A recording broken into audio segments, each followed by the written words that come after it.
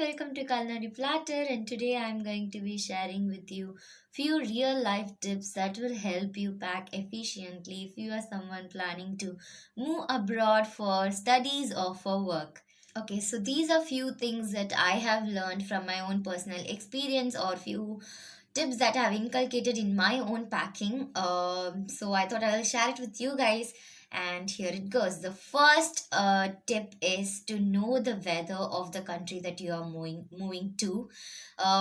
This is the basic step that you need to do before you start packing, and it's because if you are from southern part of India, like especially Chennai or from Tamil Nadu, and if you are moving to colder countries like Canada, US, and EU nations, you need to know the weather because those countries have very distinct weather, and they have like all four seasons experienced in one year, which we do not have in the home country. So it's very important for you to know their weather, and I would ideally suggest to know the temperature range of the country, like what's the maximum temperature that would go on a summer and what would be the minimum temperature that would drop down during a winter, to have an idea of the weather the country has, and so that it will help you pack what kind of clothes that you need to take to.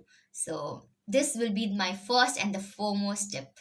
So the second important tip is, do not buy any winter clothes from your home country if your home country's weather condition is no similar to the one that you are moving to, because of three obvious reasons. A, it's not worth it. B, it saves you a lot of space, and especially if you're someone who's moving out for the first time, you'll have lot of things to take in that space. And C, it's not worth the cost. Okay, so only the country that you are moving to will know their own weather and climate conditions, and can give you the clothes that is comfortable to bear that country's climate. So do not invest your time, space, and money in something that's not worth it. I would ideally suggest you to have one jerkin or a jacket that would help you prevent from rain and slight to moderate cold, like a waterproof jacket, and two pairs of shoes, again waterproof, and that's good to go. Get your winter clothes, jackets, beanies, gloves, and boots, and everything from the country that you're moving to. Do not invest it in your home country. Tip number three is, check for the cheaper and costlier products in the country that you're moving to, so and compare it with your home country. So I'll give you an example. In Ireland, stationaries are extremely costly, like they are very very costly when compared to what we get in India. The same products, the same quality, but they are very costly. So I kind of packed notebooks, pencils, sticky notes, staplers, and everything that I would need for my academic year. I got it from India, and I brought them here because that will save you more. That will make your packing more efficient and will save you more. So just do a basic study of which is costly and which is cheap in your country that you're moving to. So tip number four is to get your basic eye checkup and dental checkup. If you are someone who are wearing specs and braces, done like 2 to 3 weeks before your departure, and getting a spare of those products that you are using. And also if you have some generic health related ailments, you can also get that done. This is because of two obvious reasons. A, is because you'll have an idea of what your recent health condition is, and B, you will not have any pressure or any stress with related to your health after you move to a new country, and we will not know their procedures and how the system hospital system works, and the doctors there will not or know the history of your medications also. So it might be a tedious process, and you can get it done in your home country. So tip number five is for girls, and this is out of my personal experience. So I would ask the girls to do a basic study of what type of sanitary disposals that the country that you are moving to has. Like, if you are someone who uses pads or tampons or menstrual cups, and the country that you're moving to, just do a research on what's available in their supermarkets. You can log into your supermarket's website and check the rates for that.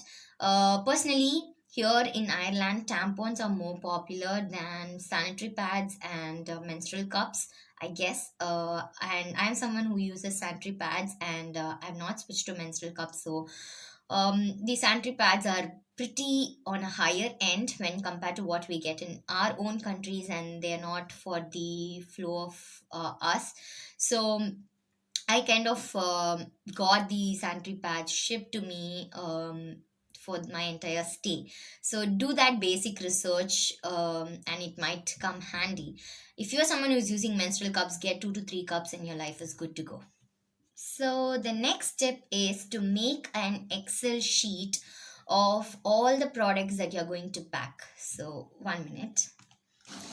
Uh, okay, I don't think, okay.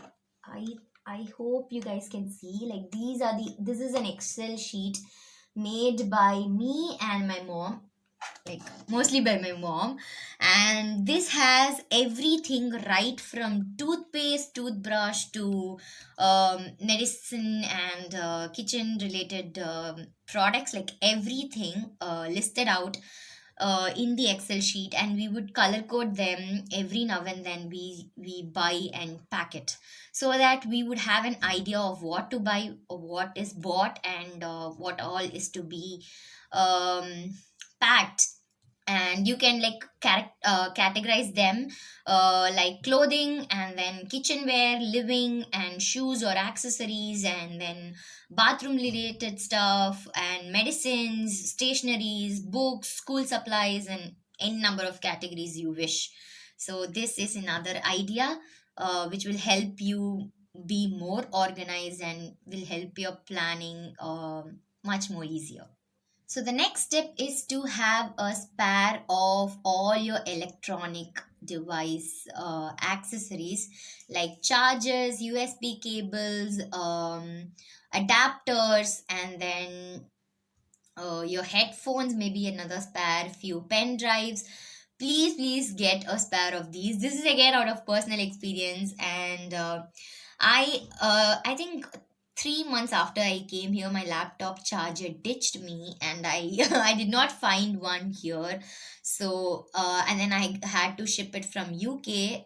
So it's a very tedious process, and we know in this online world we can't live without laptop. And so I had to, like, thank God my friend and I had the same laptop brand, so I kind of used her laptop's charger.